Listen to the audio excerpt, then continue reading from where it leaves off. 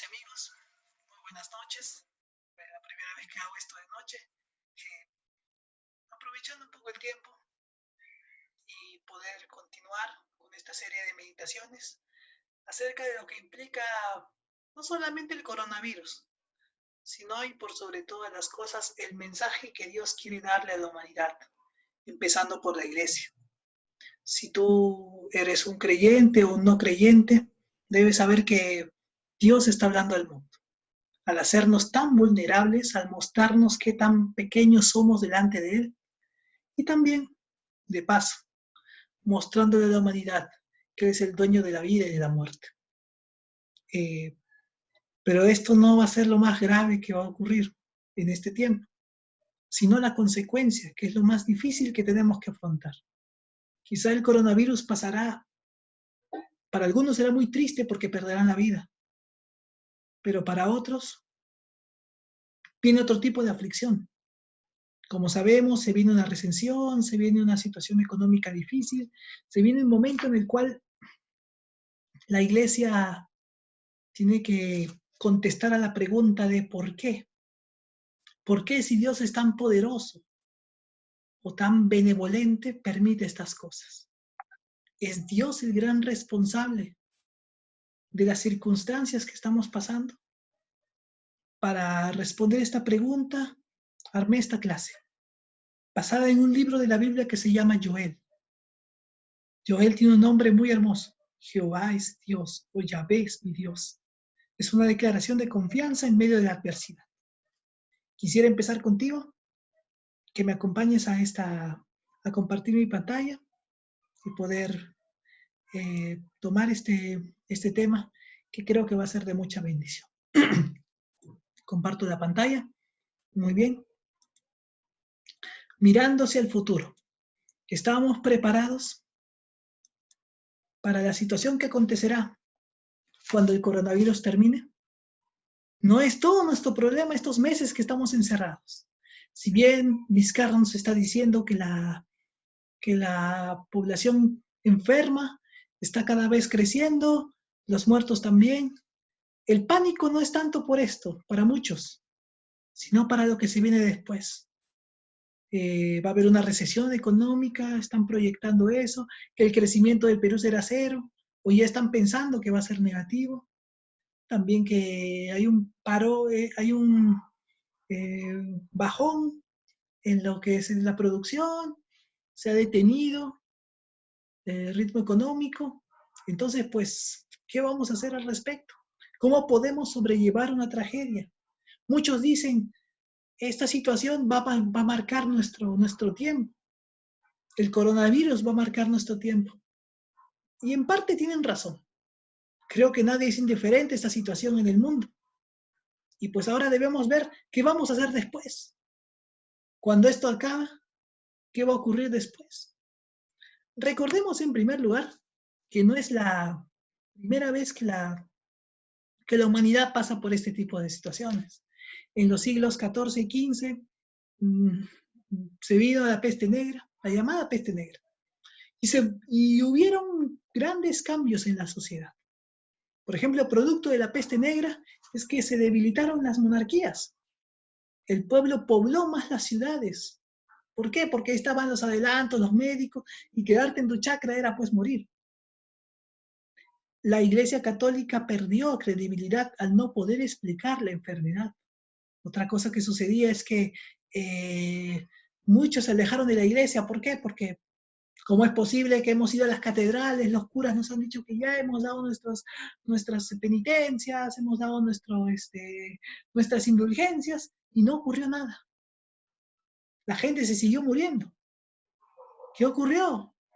La Iglesia Católica perdió mucho poder, producto de la peste negra. Y finalmente se buscó un chivo expiatorio, ¿no? Los judíos, ellos son, por causa de ellos. La única forma cuando yo quiero, y es una lección de la historia que debemos aprender, ¿no? Cuando yo no puedo hacer algo, busco una expiación. En este caso, la iglesia buscó el chivo expiatorio de los judíos. Y el antisemitismo creció en Europa. Tanto así que terminó la situación cuando expulsan a los judíos de varias partes de Europa.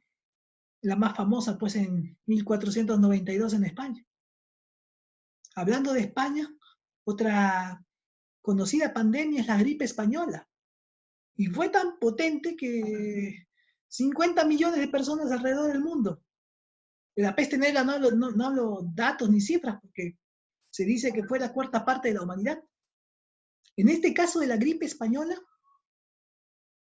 se dice, pues, ¿no? 40 millones de personas a nivel mundial. Se le llama gripe española porque fue en España donde la gente, pues, donde se avisaba de esta gripe mientras los demás países callaban. Y fue interesante el caso de la gripe porque contribuyó a terminar la Primera Guerra Mundial. En las trincheras la gente se enfermaba a tal punto que decidieron ya terminar la guerra. Ausentismo laboral inmediato por medio de salir de casa. Otra situación que pasaba es que la gente se asustaba tanto los primeros días cuando salieron que imagino que ese efecto también ocurrirá.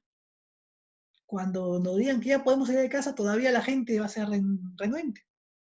Y finalmente la gente se alejó de los campos otra vez por las ciudades. Se pensó en refugios en las ciudades. El COVID es al revés. El COVID-19 en las ciudades es el foco. Más bien creo que habrán cambios demográficos, es probable. No soy quien, no soy sociólogo, ni tampoco antropólogo, pero creo que el comportamiento de la gente respecto a las ciudades va a cambiar por esta situación. Se vienen grandes cambios. ¿Cómo podemos manejar después de una crisis los cambios? Quiero llevarte al libro de Joel, que es donde quiero empezar mi meditación pequeña. Entenderás que por el tiempo no voy a hablar, no voy a poder tocar todo el libro. Me encantaría tocarlo. Pero algún mensaje quisiera dejarte acerca de lo que estoy leyendo y acerca también de lo que creo que Dios puede estar hablando. Un profeta era una persona, como tú bien sabes, la voz de Dios. La palabra Naví en hebreo significa voz de Dios. O sea, el profeta, tú me dirás, pero ¿cómo esos hombres se arrogan todo? No había Biblia en ese tiempo. Y Dios usaba hombres específicos para hablar su palabra. Estos hombres eran profetas. Y por si acaso, no son como los de ahora, no son Cash Luna, Maldonado, tanto sinvergüenza que se cree profeta. Ni siquiera como esas iglesias pues de la prosperidad, ni mucho menos otras iglesias pues que fungen de cristianas. No puede haber eso. ¿Por qué? Porque el profeta era una persona perseguida, una persona pues vilipendiada por el solo hecho de buscar hablarle a otros la palabra de Dios. ¿Por qué? Porque le decía arrepiéntete, cambie. Y hay una cosa que a nadie le gusta, que es cambiar. A nadie nos gusta que nos digan que cambiemos. Preferimos una crisis, pero no nos gusta que cambiemos. Muy bien. El propósito del libro de Joel. ¿Qué se escribió este libro? La ocasión de la profecía de Joel fue una terrible plaga de langostas, seguida por una angustiosa sequía, ambas precursoras de la grande y terrible día del Señor.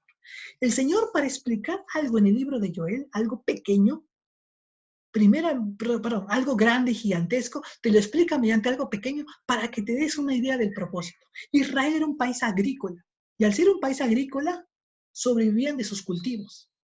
Ellos, al tener su cultivo, lo que van a hacer es cuidarlo, y por sobre todas las cosas, una gran tragedia era quedarte sin cultivo, sin cosecha, porque probablemente tu vida corría peligro. En la antigüedad podías perderlo todo menos el cultivo, menos la cosecha. Sabiendo también que el Medio Oriente es una zona desértica, no es una zona muy fértil, no es una zona de grandes pastizales como en otros lugares del mundo, sino que tiene cada centímetro de hierba hay que cuidarlo, cada centímetro fértil hay que cuidarlo. Entonces, en el libro de Joel sucede algo bien interesante, catastrófico, diría yo, la plaga de langostas. Pero Dios dice esta plaga para darle un mensaje al pueblo. Arrepiéntete. Arrepiéntete porque lo que yo soy capaz de hacer es más grande que esta plaga. Por si acaso lo que Dios puede hacer con la humanidad es más grande que el coronavirus. Dice aquí, aunque ya era tarde, aún había oportunidad para arrepentirse. Sin embargo, debía ser una genuina tristeza de corazón por sus pecados y un viraje en su vida. Hay una palabra hebrea que se dice shub.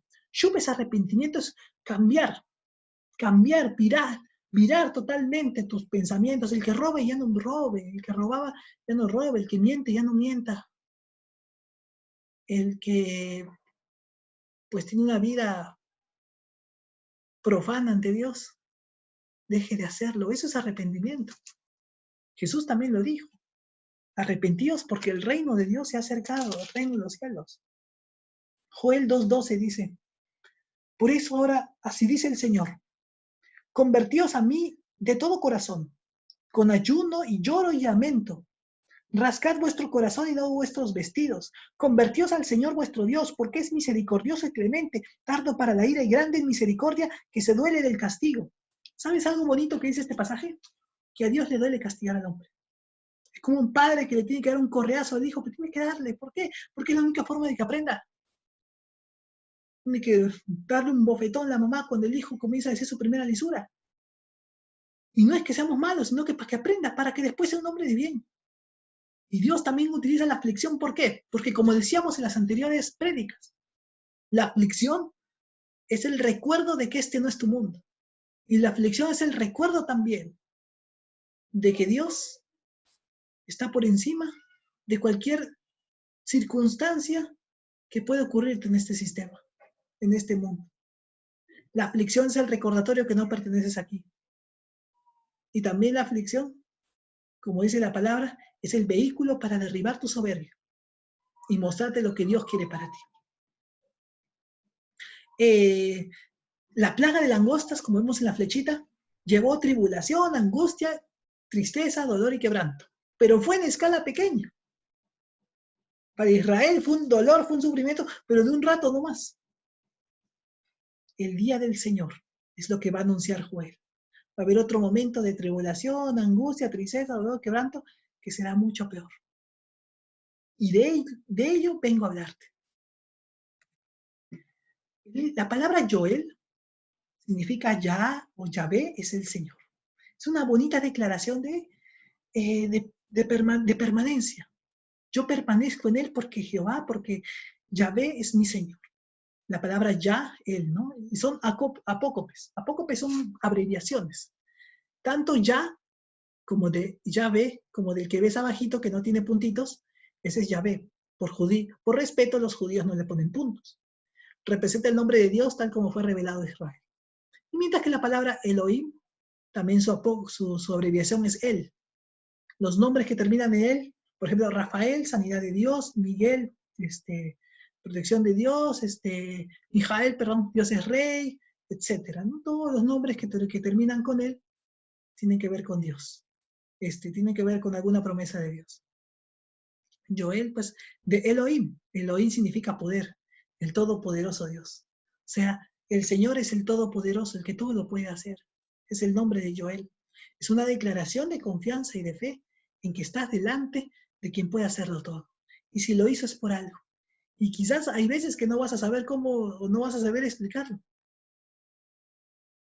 Pero no pienses que Dios no es capaz de hacerlo. Y si lo hizo, tiene alguna razón. Eso también se llama la confianza. ¿Y por qué Dios dejó que pase el coronavirus? Tengo una pregunta. Si Dios en este momento cura el coronavirus, ¿te arrepentirías? Si no lo haces, no, lo más probable es que no lo hagas. ¿Por qué? Porque el corazón del hombre no necesita manifestaciones externas. Necesita un cambio completo del corazón. Necesita un cambio completo en las intenciones. Eso es lo que es Joel. Jehová es mi Señor. Yo no sé lo que afuera me está pasando. Aunque la higuera no florezca, aunque las vides no haya frutos, aunque no haya abejas en el corral, ni vacas tampoco, con todo yo me alegraré en Jehová, el Dios de mi salvación. O sea, fuera de esto, fuera de cualquier circunstancia está Dios. Y esa es una palabrita que se llama exaltar. Señor, en mi vida hay problemas, quizás económicos, quizás de salud, quizás con mi familia. Pero lo que yo quiero hacer es exaltarte, ponerte a ti por encima. Características de cómo se puso Israel. ¿Cuál fue su llanto? Voy a leer un poquito. Joel capítulo 1, del verso 7 al 12. Del 7 al 13. Asoló mi vid y descortezó mi higuera. Del todo la desnudó y derribó. Sus ramas quedaron blancas. Llora tú como joven vestida de cilicio por el marido de tu juventud. Es como una chica que le dejó su marido siendo joven, siendo viuda. Así se quedó Israel sin sus provisiones, como viuda. Dios le va a explicar que esta situación había pasado porque él los había dejado. Y la mayor tragedia de una persona es que Dios no le hable. Si tú estás escuchando esto es porque quizás Dios te quiere hablar. No todo está perdido. Verso 9. Desapareció de la casa del Señor la ofrenda, la libación. Los sacerdotes, ministros del Señor están de duelo. ¿Sabes qué ocurrió? No había para la ofrenda. A veces piensa la gente, y eso también porque por gran error de los evangélicos, de cada sinvergüenza le hemos dado el púlpito, es que piensan que la gente que predica la palabra es porque quiere plata. No es cierto. Por cada uno de esos sinvergüenzas hay 10 que te conozco de gente que va y predica, comparte el evangelio, la palabra de Dios, solamente por el placer de hacerlo. Obviamente la prensa no vende eso. Más aún la prensa caviar y todas estas cosas, pues, ¿no? Que le conviene que creas que no tienes algo. Pero algo triste es que Dios no te permita ofrendar. Ofrendar significa apoyar y ser partícipe tú de la obra de Dios. Hay gente que se queja, ¿por qué tenemos que ofrendar? Se pelean por el diezmo, etc. Dios te lo pide todo. Tu vida, tu ser, Y qué bonito es. ¿Y por qué no darle a una persona que de repente va y va a tantos lugares y de repente no tiene necesidad? Por supuesto que le voy a dar. ¿Por qué? Porque es una persona pues que está gastando su tiempo, sus fuerzas, pudiendo haber hecho otra cosa. No con el sentido de lucro, pero sí con el sentido de gratitud a Dios. Ese es el principio fundamental de la ofrenda. Y lo más triste que había pasado en Israel es que se había perdido la ofrenda. Ni siquiera la de la paz, la libación, que era ¿Por qué? Porque no había paz en ese momento. Los sacerdotes ministros del Señor están de duelo. Quienes predicaban la palabra de Dios estaban desanimados, ¿qué podemos decirle a la gente? Me acuerdo del fenómeno del niño, me tocó estar en el norte. ¿Qué se podía decir a la gente? ¿Cómo podía predicar en lugares con casas destruidas? Bueno, pues igual es tiempo de escuchar la misericordia de Dios. ¿Qué más dice el verso 10? El campo está asolado, se enlutó la tierra porque el trigo fue destruido, se secó el mosto, se perdió el aceite. El trigo era la producción, el mosto y el aceite eran para la diversión, para la fiesta. No podías hacer fiesta, nada. ¿Por qué? Porque habías perdido todo. Era miel. Habías perdido la dulzura de la vida.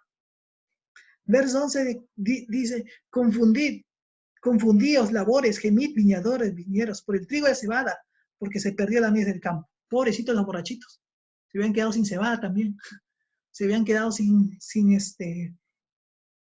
producción. Era una situación muy dura. Era una situación muy estresante para quien la vivía. ¿Y ahora qué va a pasar por el futuro? El estrés tiene que ver con la proyección que yo tengo para el futuro, por la desconfianza que puedo tener.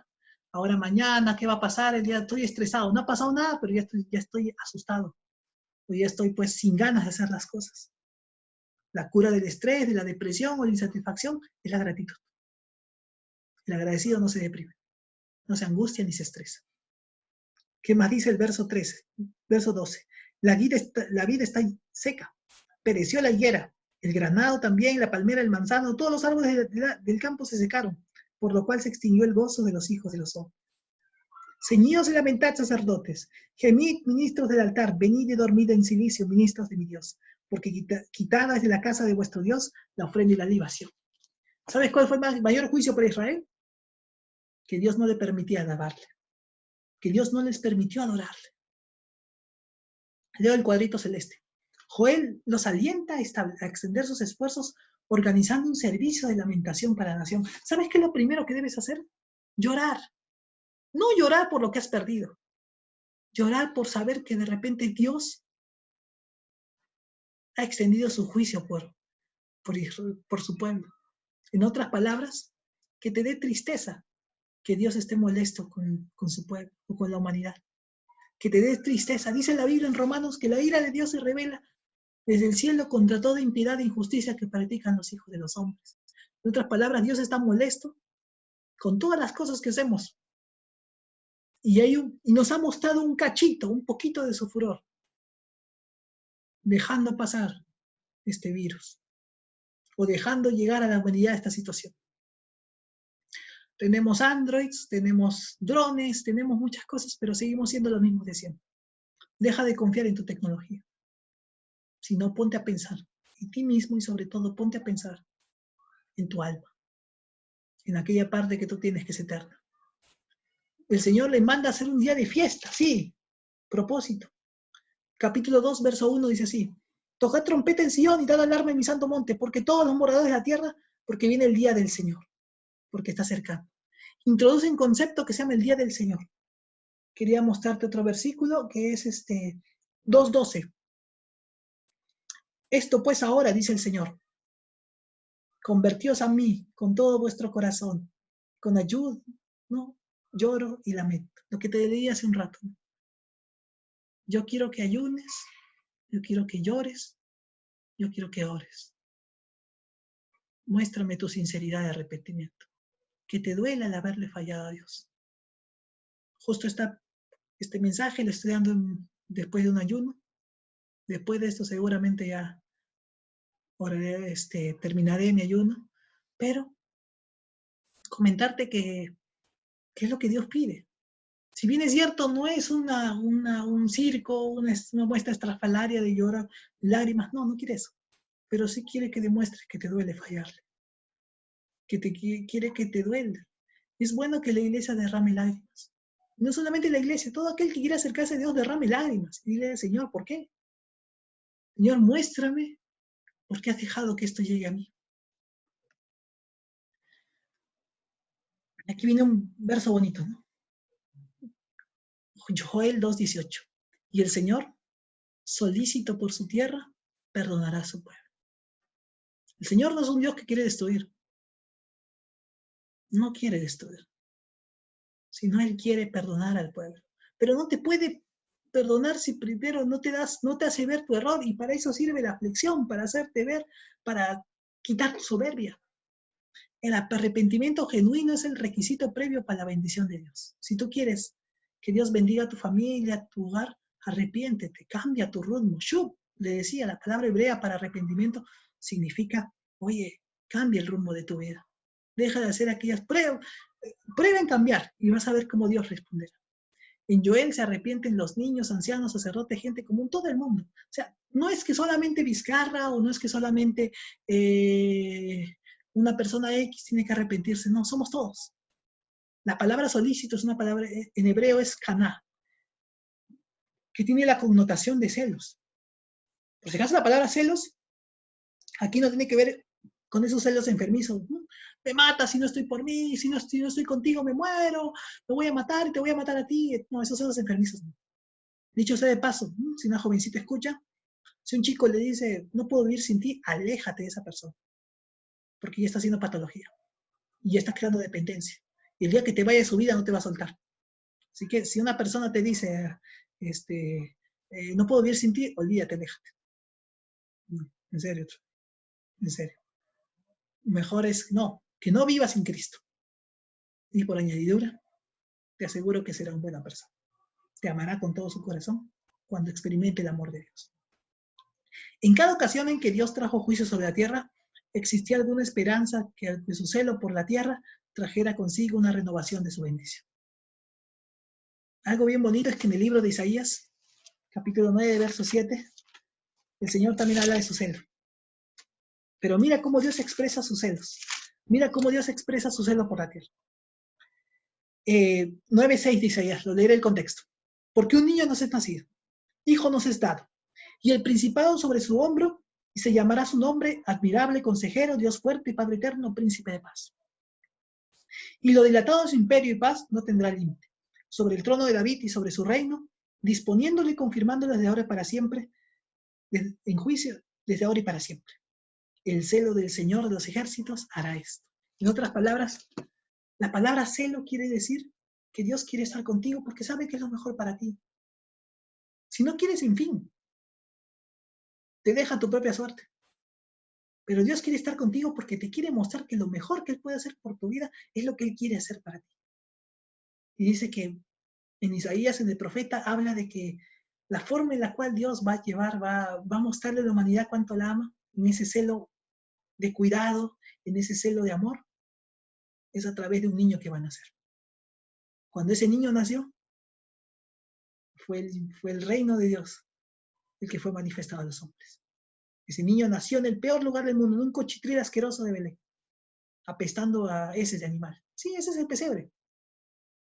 Sin embargo, nació porque fue la primera gran bofetada al mundo para decirle al hombre, oye, Dios quiere hacer cosas más grandes contigo, más cosas.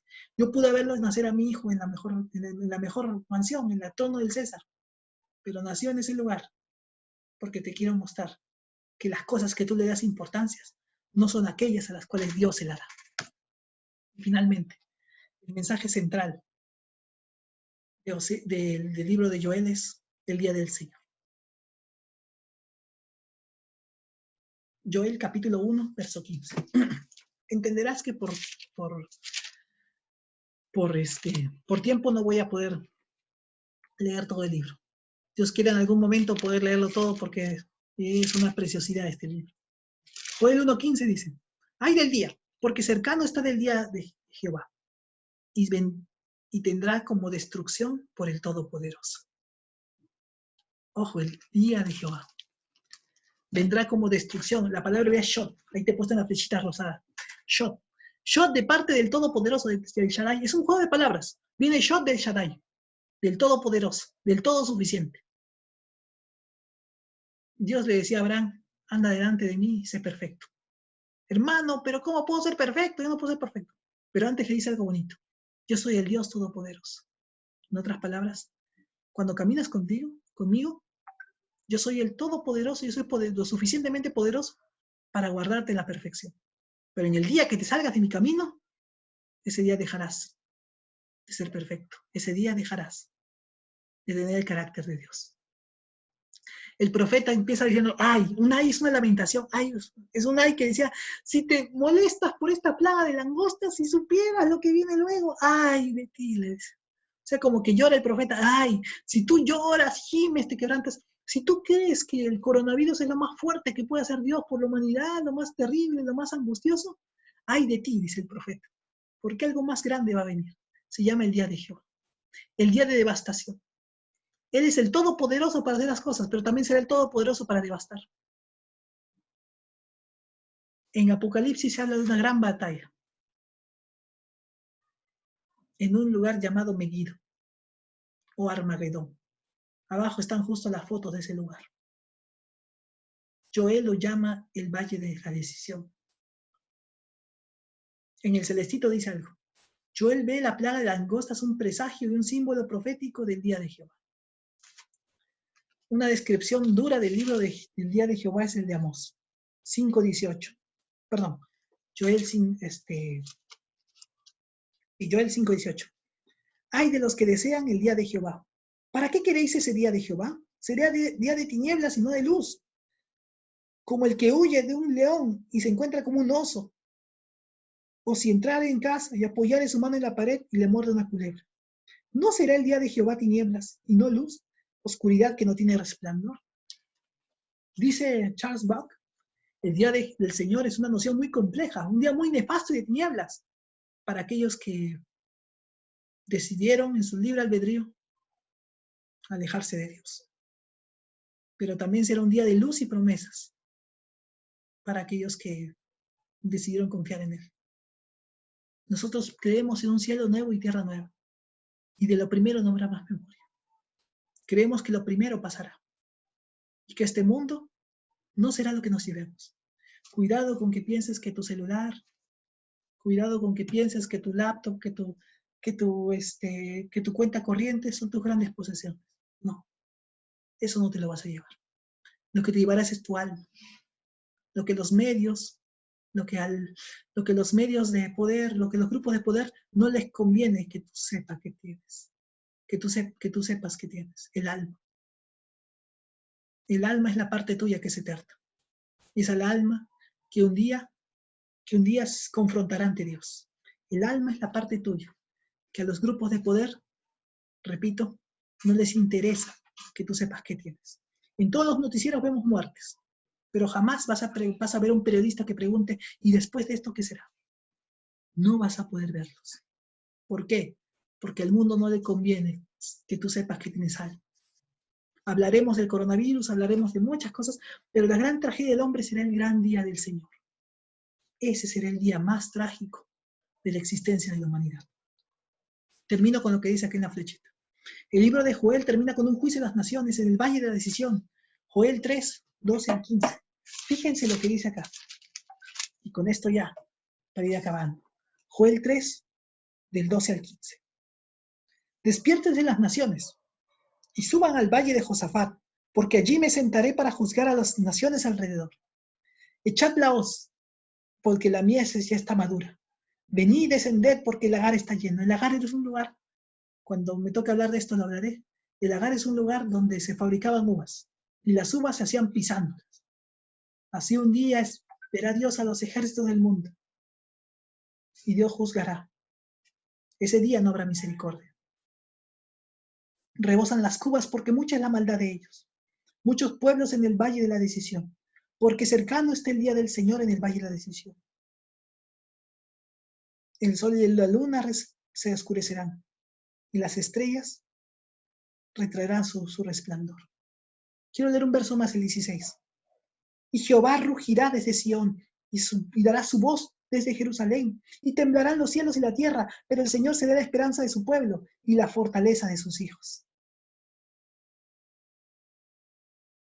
Y conoceréis que yo soy el Señor vuestro Dios, que habito en Sión, y Jerusalén será santa, y extraños no pasarán más por ella.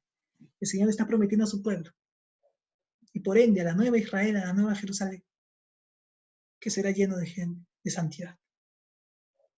Si a ti te gusta el pecado, morirás en pecado. El pecado te tiene que doler. No somos perfectos, no nos consideramos perfectos, pero sí consideramos que cuando hacemos algo malo, sabemos que nos tiene que doler, y con la promesa de no volverlo a hacer más. Cristo Jesús murió en la cruz para perdonar nuestros pecados y librarnos del gran día de Jehová, del gran día de la ira. Ahí abajo te he puesto las fotos de Armagedón, tanto del lugar donde he tenido el privilegio, gracias a Dios, de poder estar. Conozco toda la zona y sé que es un valle grandazo, como para que todos los ejércitos de la humanidad entren. Seguramente irá con ¿qué habrá? Con las nuevas armaduras, armas, ¿no? Armadura, me acuerdo de la película Iron. Te aseguro que ya los ejércitos del mundo ya tienen esas armaduras, ese tipo de tecnología. Drones, guerra bacteriológica, seguramente tecnología láser. Vendrá el hombre con todo su esplendor, con todo su poder, con todo su armamento, y vendrá también Dios de los cielos, y se encontrarán en aquel valle. ¿Sabes cuánto dura esa batalla? Un segundo. Dice Apocalipsis que Dios los vio y los consumió. Y llama a las aves del campo para que se alimenten de las carnes de ellos. No te lo digo con esto con un afán de asustarte, porque la parte más terrible no es esa, sino la que viene. Lo que te digo es que hay un día peor, que es el día del Señor. Y esto es una pequeña muestra de lo que Dios puede hacer en su furor. Si te sientes mal, afligido, recuerda también cuántas veces has ofendido a Dios. Y te invito a que puedas tener un momento de decirle al Señor, Señor, como dice tu palabra, quiero arrepentirme.